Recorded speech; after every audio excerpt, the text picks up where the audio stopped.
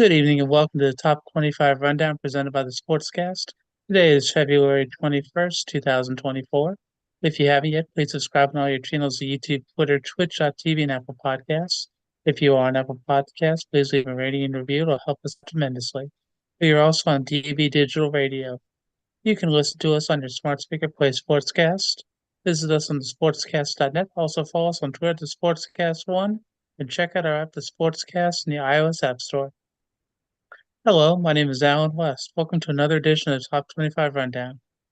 Today we are lucky and privileged enough to have Nicholas Hodell, graduate of Arizona State this last year, 2023, and he is now a sports writer at the Brenham Banner Press down in Brenham, Texas. Nick, how are we doing today, sir? Oh man, doing well. Happy to be back. It's just I've been incredibly busy here in Brenham since we last had the chance to talk. I mean, just all the different high school sports down here in Texas. Just the greatest state to cover high school sports in this country, and I feel like I've found the best community in the entire state right here in Brenham. I know I'm getting all those bases checked off early, but yeah, I mean, being here in Brenham is an absolute privilege. So, and of course, thanks for having me back on. It's been an interesting year for me, being all so busy with the high school coverage sports. So, kind of getting the feet wet once again in the college scene. And man, it's been quite the year, quite the year. Yeah, no, I mean, I was checking out CBS Sports this last Saturday where they had the top 16 teams. And when I was looking at that, one of the things that I guess came out to me was seeing that Purdue was number one, UConn was number two. Then within the next 2 or 3 days, Purdue, they play Ohio State in Deaver's first game as a head coach. So now that Chris Holtman got fired, and they win by 4 points. And then UConn, did they play Marquette? They beat the heck out of Marquette and they turn around and lose to Creighton big time on the road. Exactly. Yeah, I mean, it's funny how stuff like that happens in college basketball all the time. I mean, you think you have it figured out, and all of a sudden, oh, maybe you don't quite have it figured out. Uh, in Purdue's case, kind of an interesting thing there with Ohio State getting them. That was one of the teams I did not expect to get them, and it really makes you question what Chris Holtman was really doing with that group in the Big Ten Conference. That to me is one of the biggest things that came to my mind watching the end of that game is, man, what the heck was Holtman doing? Do you get you get the interim guy and you get them riled up to beat a top team like that? I mean, and they were doing some impressive stuff against Zach Edey. Probably one of the few times I've seen Edey truly limited, and that's really the start of it for playing against Purdue. You got to find a way to limit Edey and really get them to just have to work around their guards and not have Edey to rely on as much. So that was a terrific effort, I thought, from Ohio State. And UConn went into the week as the unanimous AP number one. And then, of course, they lose big time to Creighton. Mm-hmm. Go figure. That's exactly what this sport is predicated on, that kind of stuff happening. But really, it was a well-deserved unanimous number one for UConn. I mean, going into the week, the gap I thought between 1 and 2 was much bigger than the gap between 2 and 12. You could really make that case of just UConn was by far the best in the country.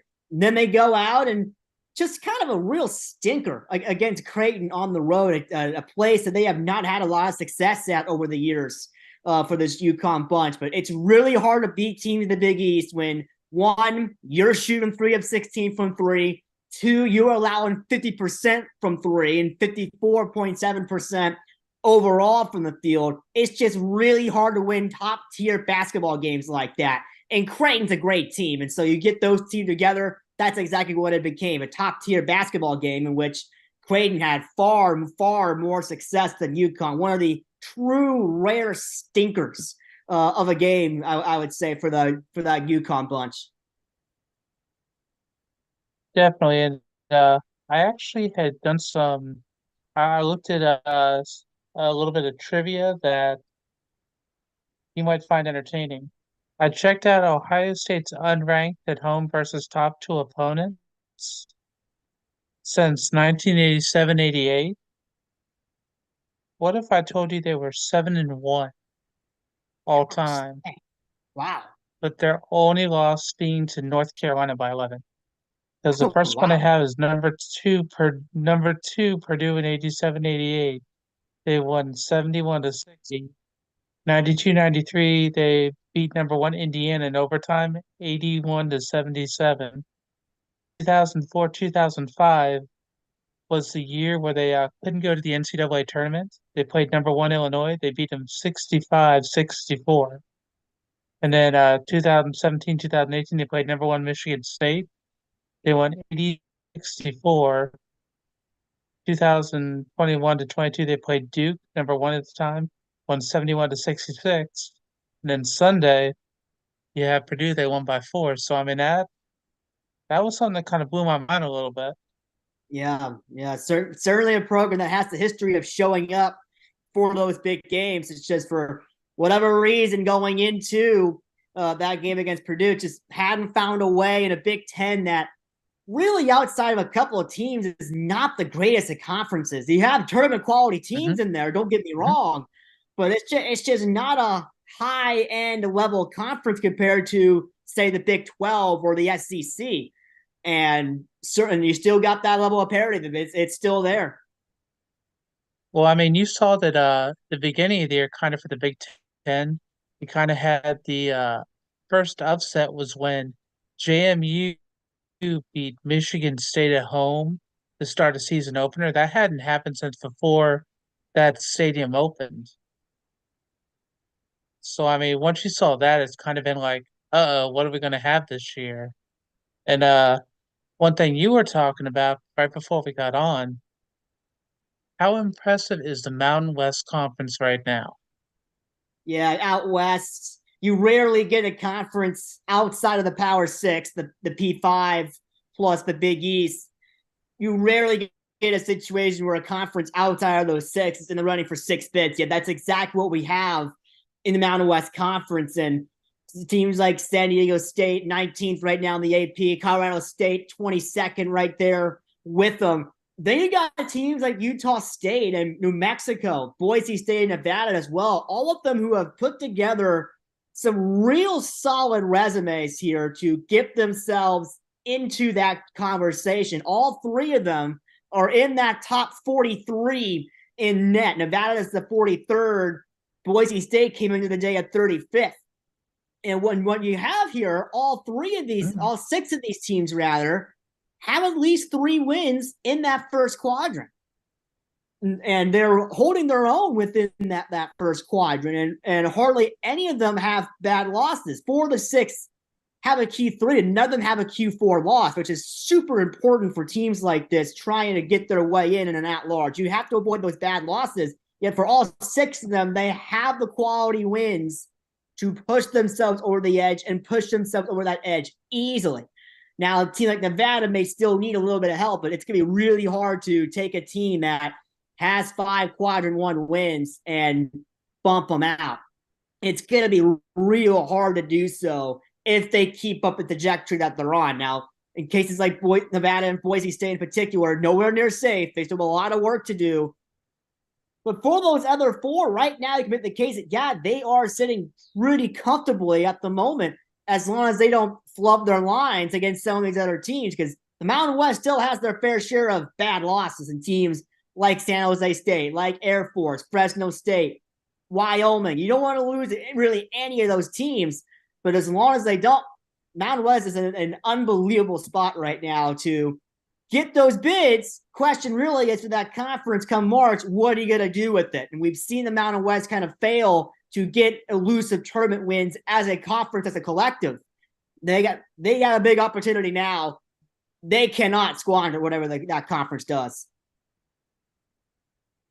Understand, and I agree about that. I mean, that's why while I hate to kind of double back to Ohio State just because of Chris Holtman, it felt like he lost the team. And so seeing how it is and then looking at the Mountain West, how some of those teams, how the coaches have really just instilled, hey, do your best. We're going to be okay. We're going to make an impact. And they really are right now. What's a Yeah. team that you've been looking at that you think it doesn't have to be in that conference? It can be in another conference. What's a team that you kind of are looking at and think is a sleeper coming into the tournament that maybe a lot of people may not know about? Well, I mean, I just within the Mountain West. First off, you look at what San Diego State's done. I mean, they got to the biggest stage in college basketball last year. Yet I feel like some could still be sleeping on that team uh, for various reasons, and some of them I'm sure are completely applicable here. But you got a team that's really taking care of business. Could potentially enter as a 4, perhaps a 5 if they kind of stay on the trajectory that they're on. What they're going to do with that, I'm going to find very interesting to see what they end up doing with that kind of position. You look a little bit further down to where bracketologists have the field projected at the moment, and FAU sitting right there. They have the pieces. They just have put together in a very intriguing kind of resume to where they've taken a few losses in the second quadrant that people have viewed as bad losses, though they are in that second quadrant. Really, the big concern at a conference loss to Bryant and Florida Gulf Coast. That really has its FAU team sitting down at the moment towards that 8 line when really otherwise it's not a terrible resume overall. They're still in that top 35 in net. They still got the pieces back from their Final Four run a year ago. A lot of pressure is on them, more so I would think than the year before. And one of the other teams that I found quite interesting is Washington State, the team that in the Pac-12, a very weak Pac-12, mind you, where right now you look at the conference and it could very well only be 2 bids. This is the second right here in the Mhm. Cougars of Washington State, and they have done a fantastic job over the last month in getting the wins they need. Road quality quad 1 wins at Washington, at Oregon have been big for them. Also beating Colorado and Utah, 2 teams that have a lot of work to do to try and get in the tournament. That'll be something to watch with both of those teams. But I really feel like for this Washington State team, they are doing everything they need to at the right time. Getting into the AP Top 25 for a program like this is a major accomplishment, and they have done that. And they are just playing their way into a fantastic spot that program's not been in quite some time. Definitely true. Since we're on the topic of the Pac-12, I did see that the Pac-12 commissioner has told the Pac-12 he is I guess they've decided to cut their losses and say goodbye to him. Georgia, Right. trying to say his A little last name, late so for them to I cut think their it's like losses. Glitkoff. Yeah, a little late for them Yeah. to cut their losses. I hate to cut you off, but just a tad Apparent late there, Mhm. guys. Exactly. Now the funny thing was apparently the schools told him to up the offer to 50K when they were going to try and do it at 32 million, and well, that didn't go well at all. Yeah, I still don't know how they just misread the market that much. I still don't know how that happened, but for the Pac-12's sake, it's kind of sad as someone who is a second generation Arizona State graduate and kind of grew up on the good games in the what was then the Pacific 10 has now become the Pacific 12 over the last decade plus with Mm-hmm. Colorado and Mm-hmm. Utah. Yep. And I mean, it's sad. I mean, it really is. Like, it's going to be real weird seeing ASU play conference games in this state of Texas. I mean, that's kind of what we're working with here for Arizona State next year. They're playing conference games in Texas.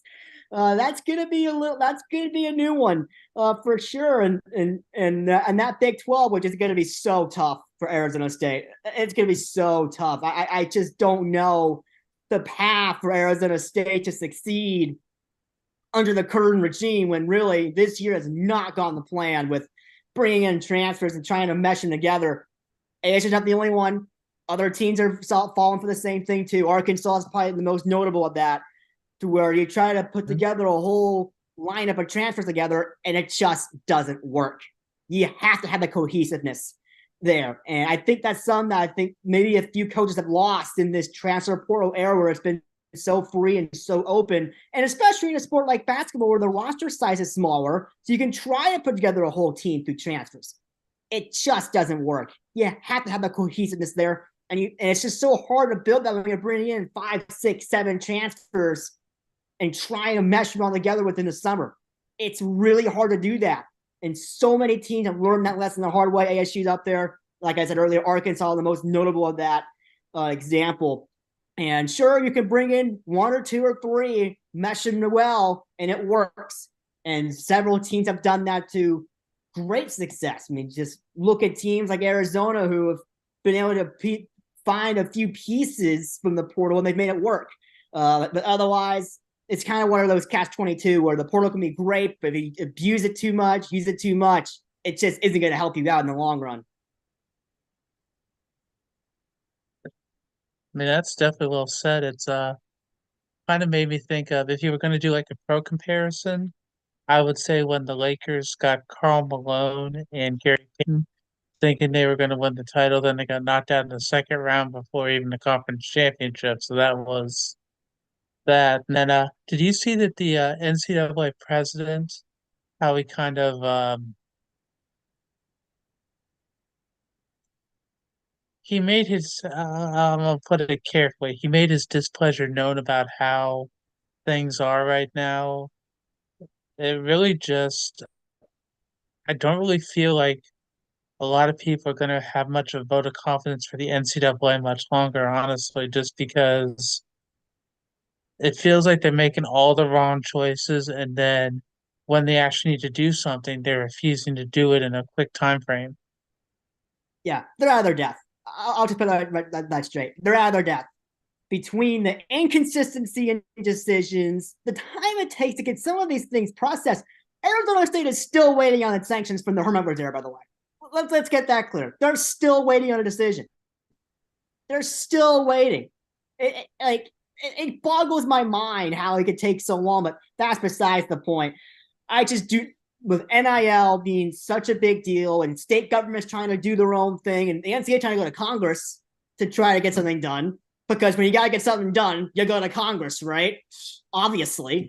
Um it, they're out of their depth. And it's just one of those things to where there's other things too that I'm worried about from the NCAA, like them trying to Hmm. expand the NCAA tournament. Please no. God no. Hmm. Don't do that. And some conference commissioners trying to get rid of automatic qualifiers and completely change the system. Please don't do that.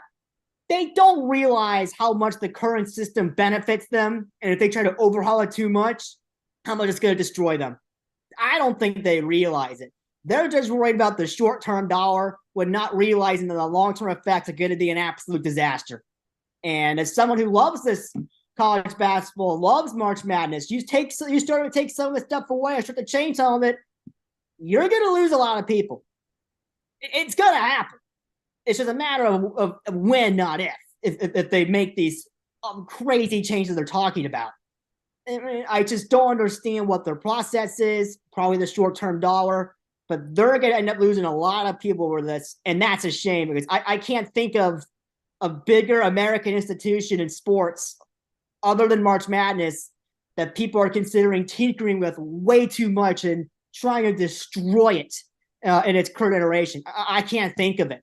Sure, other leagues are dealing with their own problems of chasing the dollar when they really shouldn't be, and they should be trying to stick with what works, but nothing like some of the proposed changes that the NCAA is trying to make. It's ridiculous. It really is. Yeah, I mean, seeing how the college football playoff, they just got to 12 and now they're thinking about changing it again. And it's just like, come on now, let's wait and see how this goes. And it's waiting.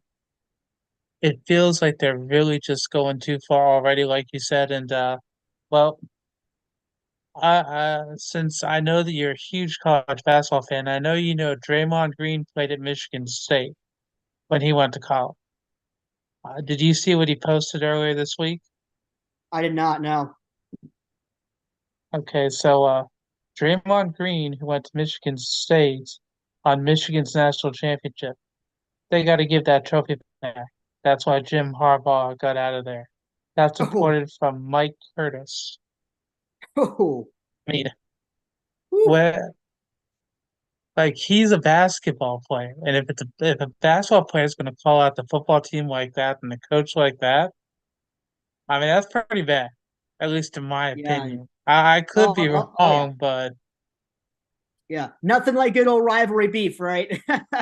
Nothing yeah, like I that. mean I'm not ashamed to admit I am an Ohio State fan, and this was very tough to see. But the thing is, watching how it went down and how the NCAA tried to say that they were legitimate national champions, yeah, if they're champions, I'm going to say it like this.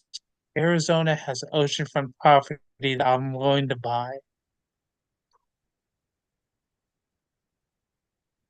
I think we know the answer to that question or that Yeah. statement. Yeah. Very much so. Yep.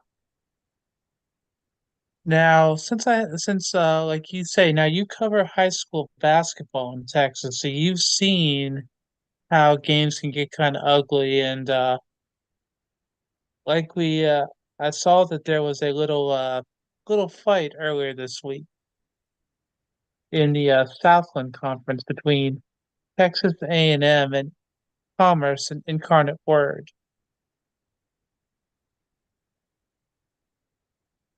I mean, Yeah. I'm all for competition, but just seeing how they had that fight, you saw that there were 8 people that were suspended. 4 from each team, they were suspended for flagrant unsportsmanlike actions. And Texas A&M, they had 3 players suspended for 3 games, and another was suspended for 1 game. For Incarnate Word, they had one scheduled suspended for 3 games, and the other 3 were suspended for 2. Earlier this year, did you see the Liberty and New Mexico State game? I did not, but I'm trying. I think I remember the incident you're going to bring up. Oddly enough, I think Yeah, I where the remember player was punched watching. in the fans punched in the nose. Yeah, yeah, that was not pretty at all, and it's just one of those things to where I mean, when you see something like that in person, like it kind of changes you a little bit. Like, shoot, like the brawl I saw in December was it was ugly. I mean, it was just and the Brandon ISD did the right thing and putting in protocols in place to prevent stuff like that from happening. But it's just you man, brawls are never fun to see, witness. It's sure some people may take enjoyment in seeing some of this stuff, but it's never good to see on the floor. It's never good. Hmm. And when stuff like that happens, it's just it's ugly. And that's probably the best word I could use to describe it. It gets ugly and it does so really fast.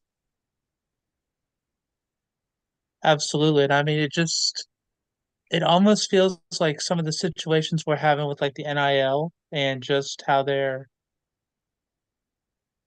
that's changing and just how the college sports atmosphere is changing. I don't want to say that we're moving toward more of those incidents, but I think it's going to be a lot harder to try to avoid some of those incidents just because you're going to probably expect to hear trash talking happening in a lot of the games. Sometimes they're really just going to take it too far, but that's just how it feels like right now. Is Yeah, that fair? I, I'm not sure you can make the direct correlation there. What I do feel like the correlation there can be made is they're just kind of like seeing a brawl happen is very similar to what's happened with NIL. Like once it starts, it's really hard to rein it in. And that's what a brawl is when it happens. Like once it starts, it gets really hard to rein some of that stuff in. And as far as perhaps more than the future, I don't know if that's the fairest way to say that. Mainly because and part of it too is you're dealing with 18 to 22-year-old guys. I mean, some of the stuff, tempers are going to flare. It's going to happen. Uh, that's part of it. These guys are still young. They're still in college. They're still learning through. They're still growing. You know that's part of it. But it takes a real good coach to kind of get people to just keep their heads in the game. And there have been a few instances where that just has not happened. And Cardinal Whirlwind's a great example, probably the ugliest example, not just this year, but maybe in recent memory, of just the number of players getting involved and the number of punches being thrown. And that might be one of the uglier ones we've seen in recent memory. That's true. Yeah, no, I watched the video last night, I think, and I mean, normally for brawls, you see that they're done within a few seconds, whereas this one is basically a few minutes. Even then, the security guards and some of the teammates are having all they could handle just trying to stop anything worse from happening. And that just, I don't say it's scary, but it's,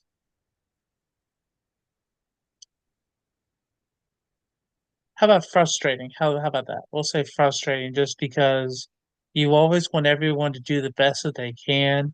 And just to see when you're trying to say, hey, good job, congratulations on the win. And all of a sudden you just see the brawl happen. And it's like, well, that's not really how you want to end the game. And hopefully the teams are able to grow from that and do better. But that's one way to end a game, but it's not the way I'd want to end a game. Yeah, one of the ways to end it, and you never want to see it like that. You just don't. Now, with you doing high school sports, I assume you're probably staying relatively busy doing focusing on recruiting in the area. So I am at so really my position here takes me to a couple of different high schools pretty regularly here in Brenham and also down the road in Burton, also within Washington County. So being very hyper local as we are, it's not a how do I word this?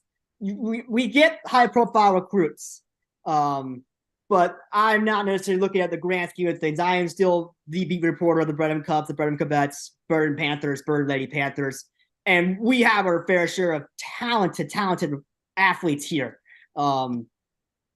Just one of them, just a freshman right now, Jacoby Dixon, the football side. He's getting Big 12 offers left, right, and center.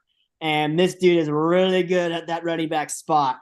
That's a guy I'm looking forward to covering the next 3 years, next 3 falls, within the Texas high school football scene, which blew my mind year one, seeing some of these stadiums. I mean, it's unbelievable. Some of the stadiums, some of these places have, like Bryan and Merrill Green Stadium. It's one of the better ones I've seen. Way down near Louisiana in Port Neches Groves, that stadium's also one of the better ones I've seen. And some of them very much do rival what you would see at Division II or maybe even some smaller FCSs. I mean, it's unreal the type of stadiums we're talking about, but that's beside the point. But yeah, there are several talented athletes among multiple sports who have signed in Division I, and some of them I'm seeing now, some of them I saw in the fall. But in any case, it's still an honor to be able to cover athletes like that so closely, compared to perhaps bigger papers who have a much wider range of schools to cover. I'm really here covering a couple of schools, and really one of them with a hyper focus, and that's here in Brenham. And that's where I've grown pretty close to some of the coaches I cover, and even some of the players have taken me pretty well as well. And it's stuff like that. It's kind of changed my perspective a little bit on what it means to cover such a tight knit, small community like this. It's an honor, it's a privilege, and it's a huge responsibility. And perhaps even more rewarding because of how close you get to the community. And that's something that perhaps in hindsight I probably should have seen coming, but yet I didn't. And it's turned out to be just as rewarding as if I would have gone to pretty much anywhere else. Just the biggest benefit of being in Texas doing it in such an estate that has its stuff together when it comes to the regulations and some of that other stuff. I mean, don't get me wrong, I miss the college basketball atmosphere of going to games at ASU. Pretty much whenever they were home. Like, don't get me wrong, I miss that. I miss that dearly. But I've really learned that the responsibility of people like myself in communities like this should not be taken for granted in a newspaper business that you look at it from the bigger scale is starting to die out. And I'm incredibly fortunate to be at a place where the paper is growing, it's getting better, it's under good ownership. That's probably the biggest key, in my opinion, the key, the good ownership we have at the Banner Press, and also the community's willing to support the local media between us and a local radio station at KOHI. And they, I mean, pretty much the community support allows us to be with these people all the time, and perhaps even more myself, because I mean I'm everywhere. I mean, just this week alone, down in Friendswood, south of Houston, which Houston traffic's a nightmare. Let's get that right. That's a nightmare. Then over in Rockdale for the basketball playoffs, which was Brenham's first in 7 years, first playoff game in 7 years. They had a heck of a year. And now we're focusing really on baseball and softball. That's the bread and butter of this town. The baseball tradition, the softball tradition is the bread and butter here, right up there with football. They got tournaments in Santa Fe, even more south and French by a little bit, and way over west of Austin by Dripping Springs. And so the tournament year for me is when I get to go out and adventure a little bit. And that's become a real rewarding part of it as well. That's great. I mean, it is the best way to put it. I mean, it's rewarding to hear how I would say Arizona State prepared you so that way, as you've made the transition to here in Texas, not only have you been able to start to plant your roots and just see how the landscape is, but you've been able to use it in a way that not only you've incorporated yourself in the city, but you've made it to where the athletics, like you said, people start to know you and just how you're able to make your impact daily and weekly and just how the different sports are. That's awesome. I mean, I'm glad that you're able to already start doing that. And like you said, with baseball and softball coming up, we can only expect it's going to be even better. And like you said, to seeing all the different players, I've got a feeling that besides the one freshman running back you're already seeing getting the Big 12 offers, I wouldn't be surprised now coming up for baseball and football. You're probably going to have a few different players you're going to speak about for that. Yeah. And there's I already a do know couple, that. Mhm. yeah, there's already a couple of one of the softball seniors in a big senior class committed to Texas A&M, signed there not that long ago, and then another one of the underclassmen in baseball is also the same, an A&M commit, and several other Division One players or Division One caliber players within that pool as well. Since you get that baseball softball community like it is in Brenham, you're going to have that kind of stuff happen, and I'm really starting to see that firsthand from the high school level. Saw it in the summer at the little league level, but now I'm really starting to get the feel for it at that high school level. That is great to hear and see now. I know that you're not as a big fan, but did you see what Clark accomplished last on Monday?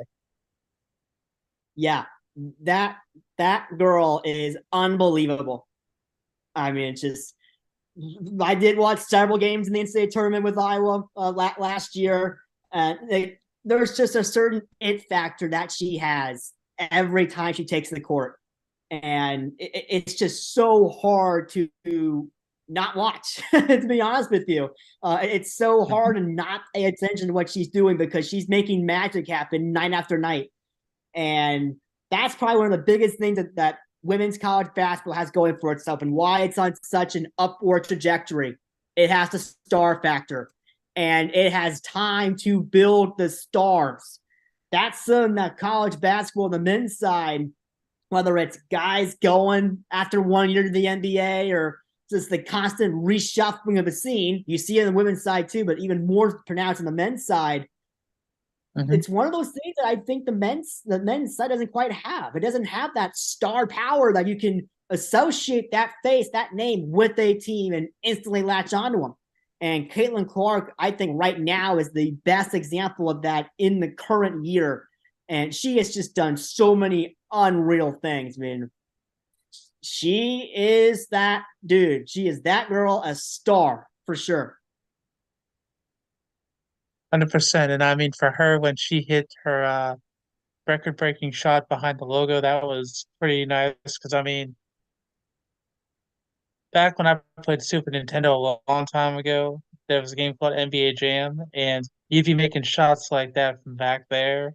So to see her make one of those, I mean, she actually hit two of those when the game first started because she scored the record setting within the first 3 minutes of the game. And then she had 42. I've heard that she's going to go for Pete Maravich's record, which is only like I think 166 points away. The funny thing is, Maravich did it in 3 years, where she's going to do it in four. He still has a COVID year if she wants to come back.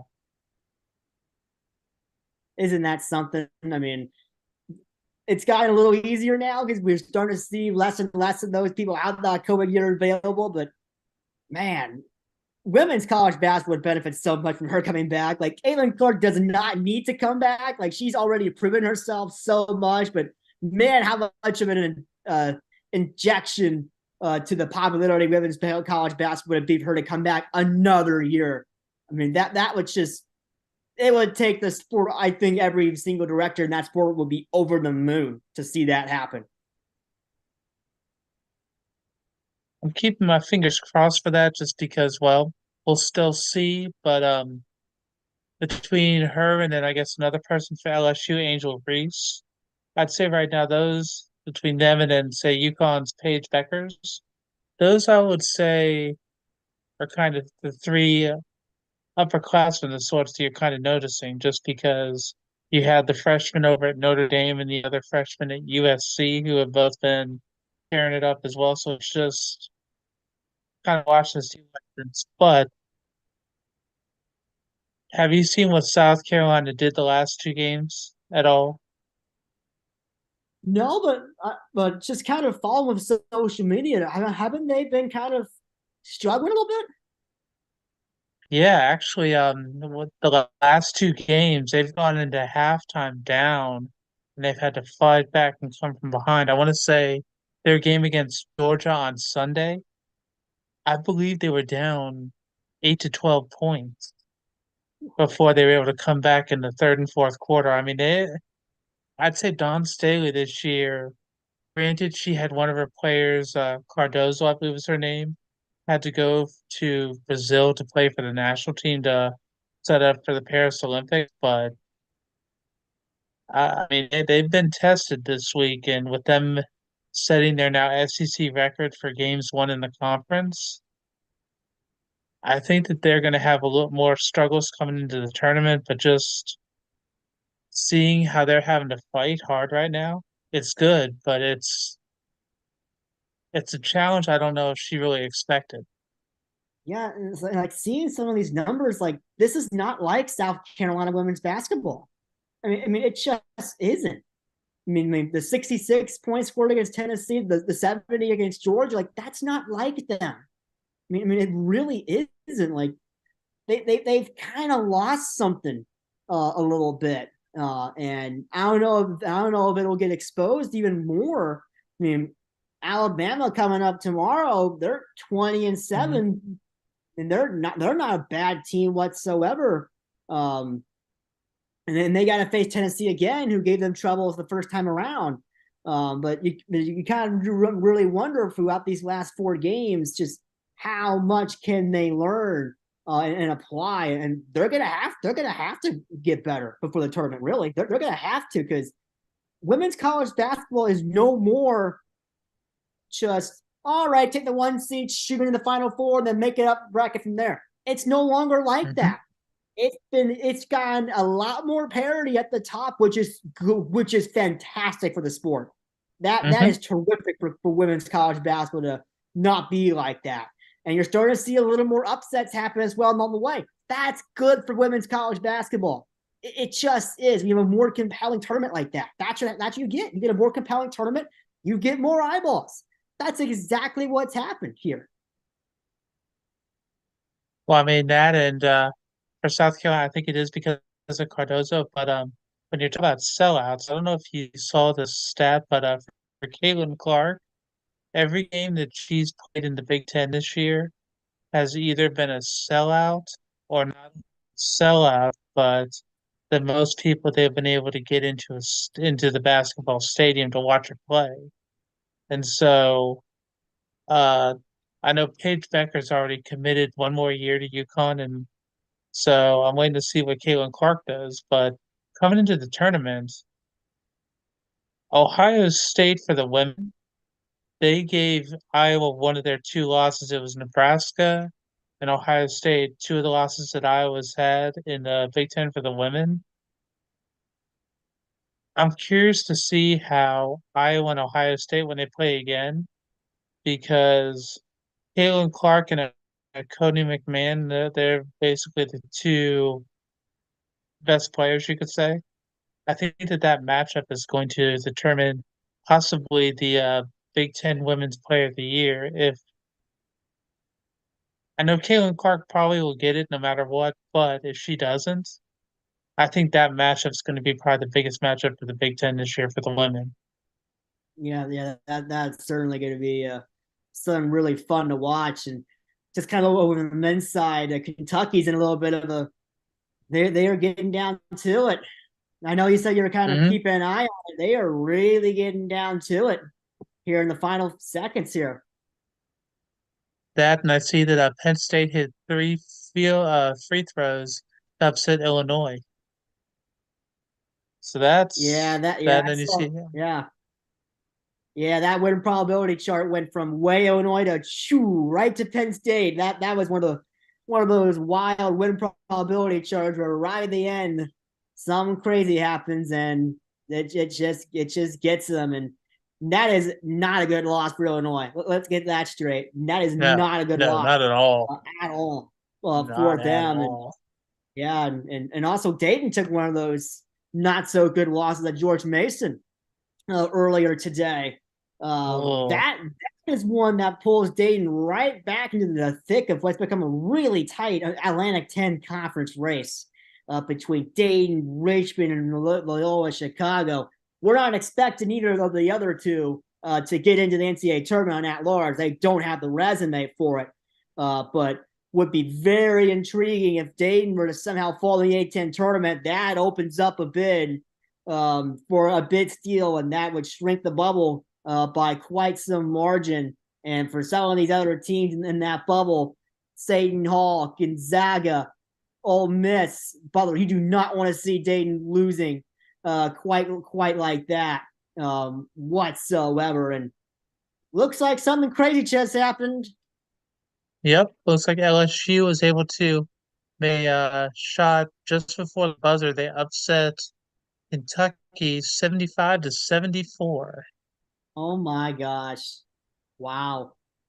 Because yeah, they thought that they had it, but that shot that was just made, it almost like, you know how you see with a dunk, like Yeah. for North Carolina State back in the NCAA tournament.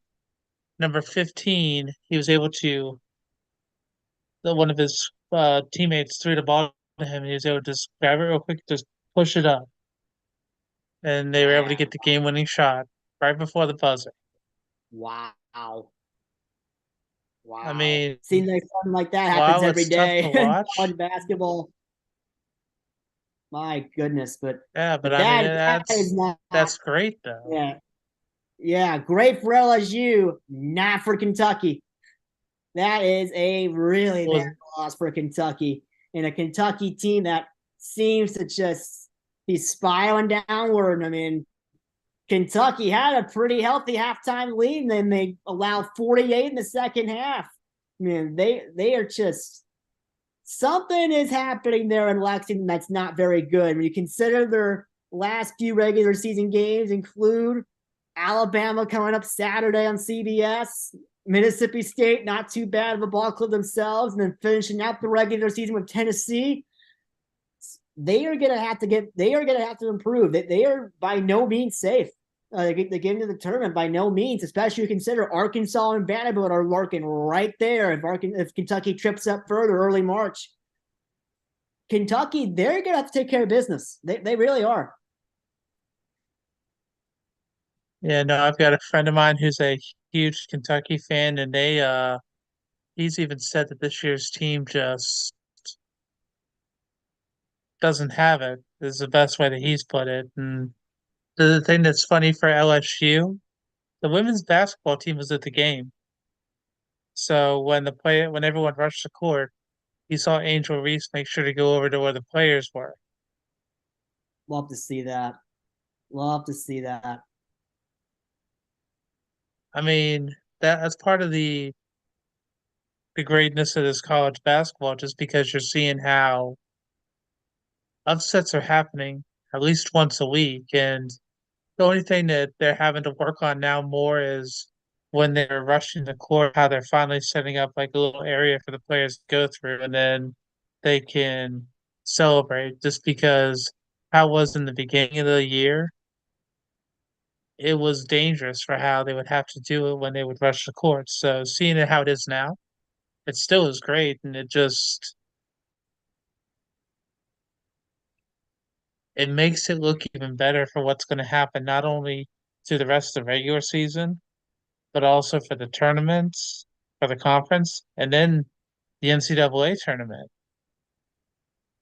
Yeah, I think we're really starting to see the setup of another incredible March in the works. I mean, just within the last few days, you see teams like UConn go down. When you see teams like Purdue go down, it really makes it seem like there is no all there. UConn and Purdue are still on a different level, in my opinion. Houston's right there with them. Houston's Hmm. really getting slept on as far as best in the country is concerned. They got all the analytics saying they're number one. It's just they got to prove it to the rest of the country, and they're doing their job. Let's get that right. They're doing their job. I mean, what they're able to pull off Hmm. on Monday, getting a big win at home against Iowa State. I mean, Houston is absolutely doing their job, and they're doing it very effectively. They just have been waiting for a team that UConn to slip up, and they have. So we'll have to see how that ends up being for them going forward. I mean, as far as talks of a national championship, Houston's 100% getting slept on, in my opinion, just because not a lot of people are talking about Houston like they are the number one team. They're a definite number one seed, and everyone's latched on to that idea. But as far as them going on and win the whole thing, I think you are seeing a few people kind of sleeping on them a little bit. That they end up costing them a little bit.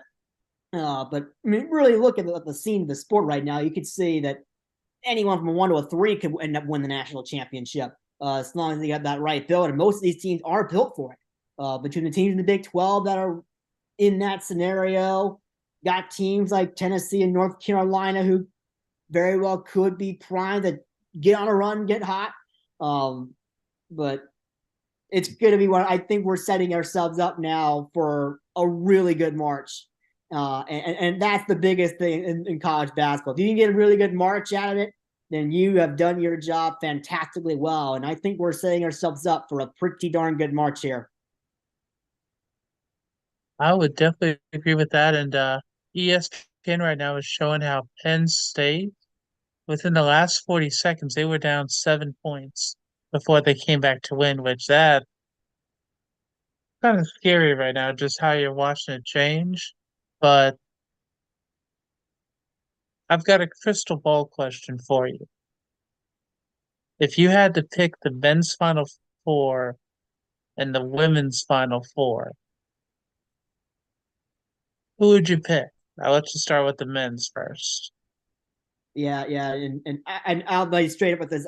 I don't know much about the women's game to try and predict a Final Four there. So I will be honest with you. That's not necessarily like my forte at the moment. But I That's see okay. UConn. I see UConn getting there. Um, how of relative ease it could be that has changed a little bit based on how they were against Creighton, knowing that they are capable of a stinker right now. But UConn has the pieces to. I think UConn has the best chance to defend the national championship that this sports scene since Florida did it. Mhm. Gosh, nearly 20 years ago now, which is crazy to say that Yep. it's been that long since a repeat champ. But I think they have the best shot to do it since Florida did it. I mean, the pieces are right there, and they are utilizing them to the best possible extent that you could possibly have. And it's real dangerous to say Purdue will get there just because of the recent history Purdue has had with upsets in the NCAA tournament. But what this Purdue team has found is that they've got some guards now to complement Zach Edey. And if they do their job and using that backcourt very wisely and not just relying on Edey, or even building something where Edey does not push to the perimeter on defense, that can also be another big struggle for at times. That's kind of how some of these upsets happen when you get guys like Edey pushed out of the perimeter on defense and they're not comfortable there. But Purdue has those pieces. They have to put them together, and it's a doable task, I think, for Purdue. They just have to put it together, and recent marches has been the case, but it would be really cruel to see Zach Edey get upset again in the NCAA tournament. That would be an absolutely cruel thing to say. Oh, where else am I going? I think Kansas has some of those pieces that you need to make a big run. They are a team that, like I mentioned earlier, they use the portal smartly, grabbing guys Hunter like Hunter Dickinson. Dickinson. Yeah, they use that portal real smartly to get guys like him, and they have had their fair share of struggles in the Big 12, but that's going to happen in the Big 12. It's just a brutal conference, and really the only true stinker of a game, at least by a margin that I see, was that game at Texas Tech this past Monday, the 12th. Other than that, their losses have been competitive. Sure, some losses you would not have liked to have taken, but this is a team that has beaten Houston on their home floor. It's a team that has wins against Baylor. You look at what they did in the non-conference against Tennessee and UConn. They have the wins, and they are more than capable of putting something together. That'll be really fun to watch. And I'll also go with that Houston team. It's a Houston team that they have gotten close and close and close. But now I think the big thing for Houston is they will be battle tested in that Big 12. There is no greater regular season battle than in the Big 12 in men's college basketball.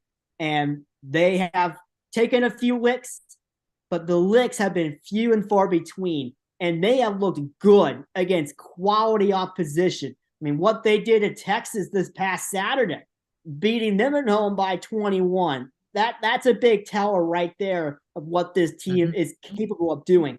And they have controlled the teams they should control. Maybe they don't have the best of non-conference to back it up, but when you play so many quality teams in a row, you're going to get the benefits. And you're looking at a Houston team that's going to play Baylor and a good Cincinnati team and a decent Oklahoma team, and UCF's been a tough road test for some, and getting Kansas at home to end the regular season. They'll have their fair share of battles, and surely believe that Houston's right up there with the major contenders of the sport right now. That's definitely true. I mean, for Houston, I did watch some of that game, and their one of their leading scorers, he was in the first half when he had 2 points. He was able to score 17 in the second half, which really propelled them to the win. And I mean, just seeing how they are, it's almost like at times awaking like a sleeping giant, just because as soon as they click, they're almost unstoppable depending on the situation. So I mean, I definitely have Houston. I can't say that they're a dark horse, but they're looking good. That is for sure. Yeah, So they should be considered one of the favorites to get to the Final Four. They really are one of the favorites to get to the Final Four, and they should be among the popular picks to cut down the nets in Glendale when it's all said and done. And it's just one of those teams that hasn't quite gotten that favorable of opinion compared to Purdue or UConn within that conversation. And they really should be getting that kind of consideration. They really should with what they've done. That's definitely true. So before I have you do women's basketball, I'm only gonna have I'll make it easier. I'm only gonna have try to pick the two that'll play for the title. But Gino Auriemma this last week, he just passed Mike Krzyzewski for all-time win. Do you Mm, know who has the most all-time wins for men or women's basketball right now? gosh, not off the top of my head, which is pretty sad to say, but Uh, it's okay. I had to look it up and also see ESPN so I could figure it out. It's actually Tara DeWeaver, and she's mm, only about, I think, 6 games ahead right now. Tara DeWeaver, Stanford. So yeah, I don't think he's going to catch her only because, well, how she's been having stand play. But UConn right now, as much as I'd love to say that they're going to be a Final Four team, I see them more as a Sweet 16 or an Elite Eight team just because with the injuries they have, I don't think that's going to go as well. But at least on my side, the 3 teams that I'm looking at, I'm thinking it's either going to be LSU. I can't really doubt Caitlin Clark, but until somebody is able to beat South Carolina this year, can't pick against South Carolina right now. Those are the three yeah, teams that I'm looking at right now. yeah. And women's basketball is a sport where perfect seasons are absolutely not a thing of the far arm pass like it is in the men's. It's not an impossible feat. And South Carolina, they are gonna have their work cut out for themselves. I mean, if they don't improve at the tournament, it's gonna be increasingly difficult to pick them to cut down the nets. That's the major thing to keep an eye on for South Carolina. I mean, if they let these last 2 games kind of affect them going down the stretch and into the conference tournament, it's going to be real hard to pick that Lady Gamecock team. So that's something to keep an eye on.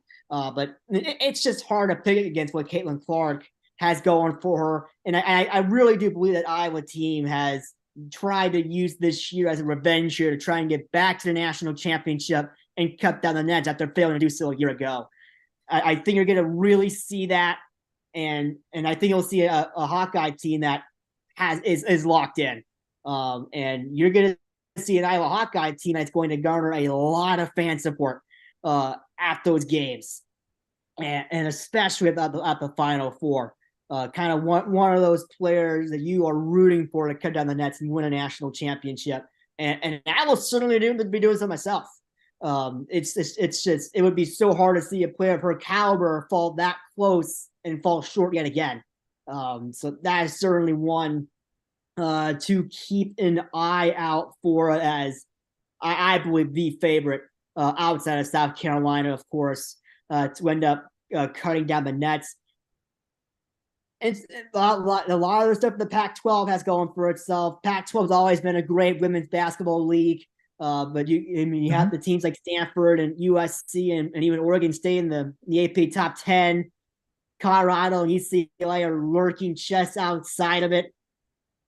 That perhaps you see one of those teams or one or two of those teams try and make a run and make something happen, especially Stanford at the current moment in time. But I mean, outside of South Carolina, you look at that AP top 10 and everyone's got 3, 4 losses. And it's certainly one of those sports where it's no longer a shoe-in Final Four or a shoe-in national champion. And that's great for the sport. I mean, that's terrific. Like I can no longer just look at records and say, oh, look, there's my championship pick. That's fantastic for women's college basketball. And that's something that's been building for quite a while. The sport's going to pay all kinds of Mhm. dividends from it, I think. They are doing so now and will continue to do so down the road. I couldn't have said it any better myself, but I mean, that was why I wanted to make sure that we could have you on today so that way see exactly what you were uh what you were thinking and just seeing who you were looking at as your picks more or less. So If you had to pick a champion for both sides, who would you pick? I would I would probably end up going with UConn the men's. I still think UConn has some of those it factors that you need to be able to win games. And it's again, picking a repeat champion in men's college basketball is very dangerous. But if there is a team that can get the job done, I think that team is this year's UConn group. With some of those returners, with those key returners, a lot of teams have so many difficulties guarding Donovan Clingan on the inside, and their guards have been really getting they are there as well. It's just so hard. When I think a Purdue UConn matchup, as unlikely as I believe it is, that would be so much fun to watch. Klingon versus Edie for the national championship. That might be one of Mm-hmm. the better front court national championship matches that we've got in some time. I mean, that's kind of the dream front court matchup right there. Is it going to happen? I don't think so. But man, we can all dream of that. And then, I mean, on the women's side, I mean, like we've been talking about that South Carolina team, until they lose, it's hard to see them not getting the job done because they've gotten the job done every time.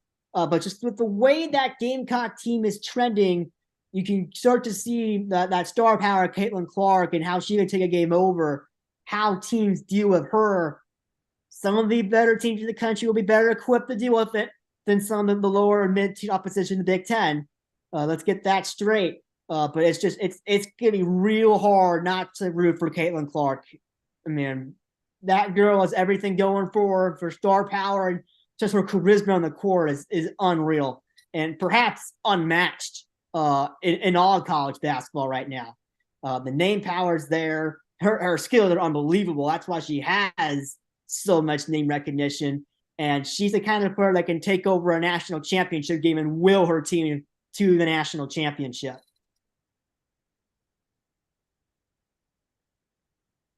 I can agree that I definitely see UConn doing it. I would hope that Iowa could get it done, but it's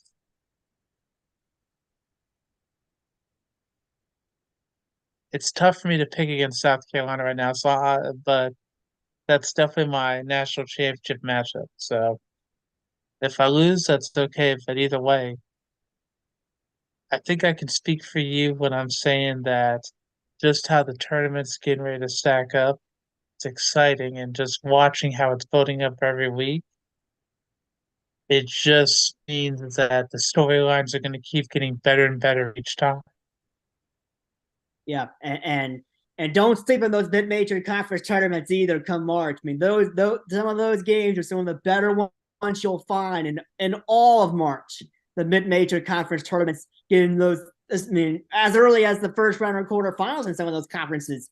There are some games that'll just pop up out of nowhere, and they are just terrific battles for seasons that are on the line. And those are some of the best March games, the mid-major conference tournaments, when two teams are fighting for their season and for a chance to dance. That's some of the best basketball you can find, I think, in March. And people will 100% sleep on that. But just make that clear that it is definitely something that if I had unlimited amount of time, I would be watching a lot more of it. Unfortunately, these darn Cubs and Cubets keep me busy everywhere across the state of Texas. But whenever I get a chance to, sit down, I'm gonna have to really start to really get into it because I was great in November, kind of tailored off, but now it's really getting down to it, and you're going to see a lot of exciting basketball games here.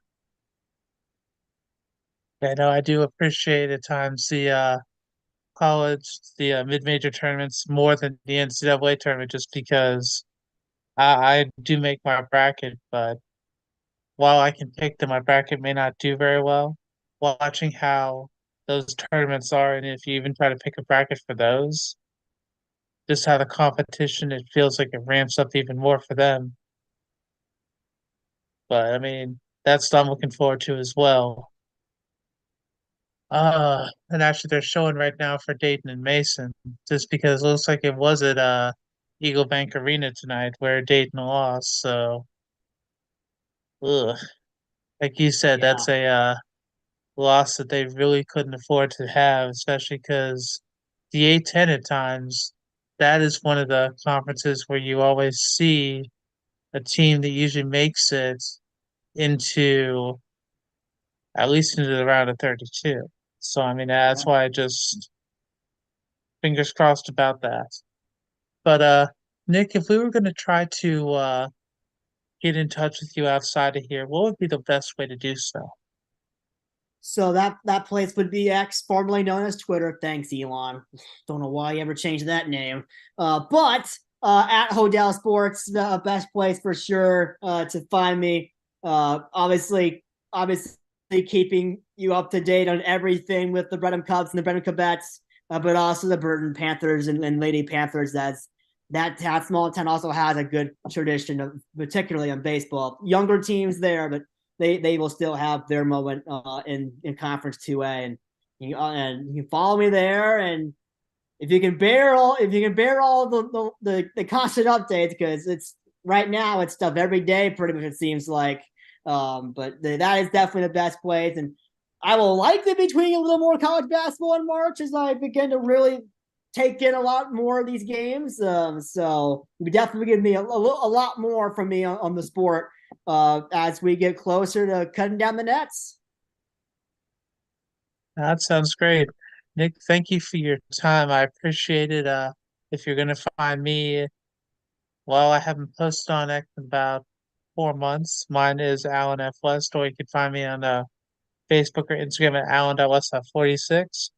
Hopefully, Nick, we will have a chance to get you on either before we do, like, say, a March Madness show or maybe before the championship, depending on how your schedule is. But either way, I thank you for your time and once again, congratulations for graduating at the end of last year and looks like the Brennan banner.